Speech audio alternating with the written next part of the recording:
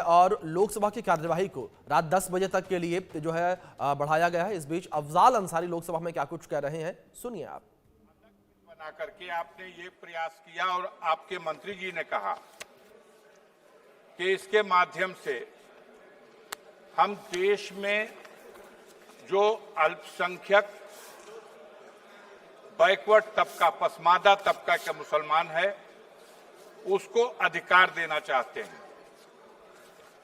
उसको इस प्रॉपर्टी का लाभ देना चाहते हैं।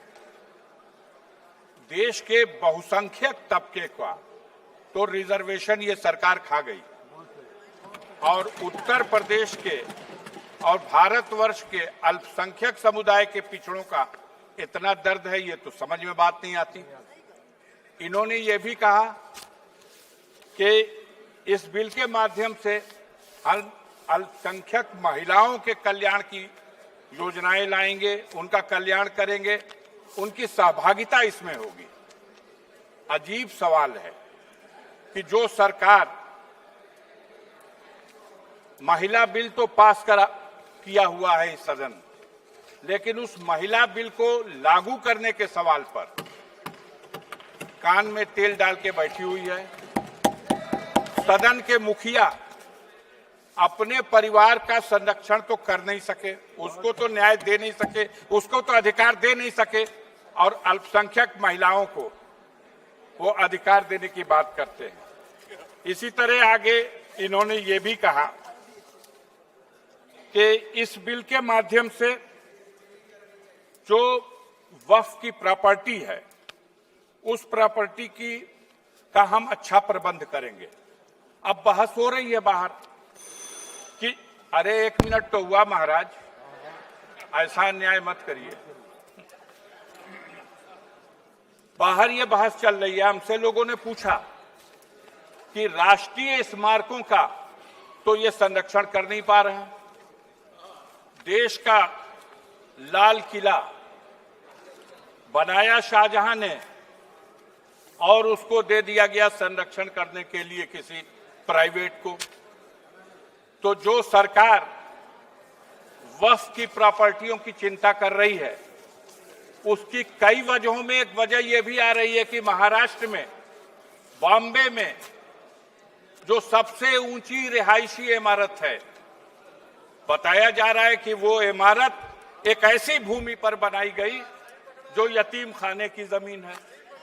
तो जब ये यतीम खाने की जमीन, तो इस सवाल को लेकर के सरकार की चिंता बढ़ गई। अभी माननीय गृह मंत्री जी जब जवाब दे रहे थे तो उन्होंने, उनके मुंह से निकल गया, एक बात बस यही कह के खत्म कर दूंगा। उन्होंने कहा कि वक्फ की प्रॉपर्टियों पर जो मस्जिद और ईदगाहें हैं, कब्रस्तानें हैं, इसको नहीं छुएंगे, लेकिन जो रिक्त जमीनें हैं विवाद रहित कर करके उन प्रॉपर्टी को बेचेंगे और उससे गरीब महिलाओं को और पिछड़े मुसलमानों को लाभ पहुंचाएंगे। धन्यवाद महोदय। ये कौन बेचेगा? माननीय सदस्य से अमरिंदर सिंह ये तो वही नीति आ गई जो लोग कहते आए हैं सिंह जी कि बेचने और खरीदने का ही कोई नया धंधा होने वाला है।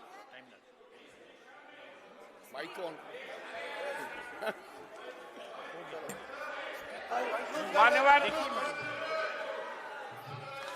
भाई, धन्यवाद सर, आपने मेरे को बोलने का अवसर दिया। मैं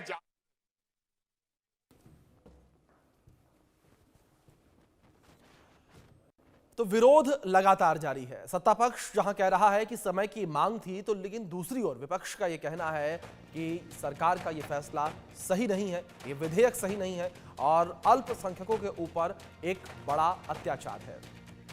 विरोध, बवाल और सवाल के बीच आज लोकसभा में वक्फ संशोधन बिल पेश हुआ। संसदीय कार्य मंत्री किरण रिजिजू ने लोकसभा में बिल पेश किया और यह बिल लाना जरूरी क्यों था, इसके बारे में भी विस्तार से बताया।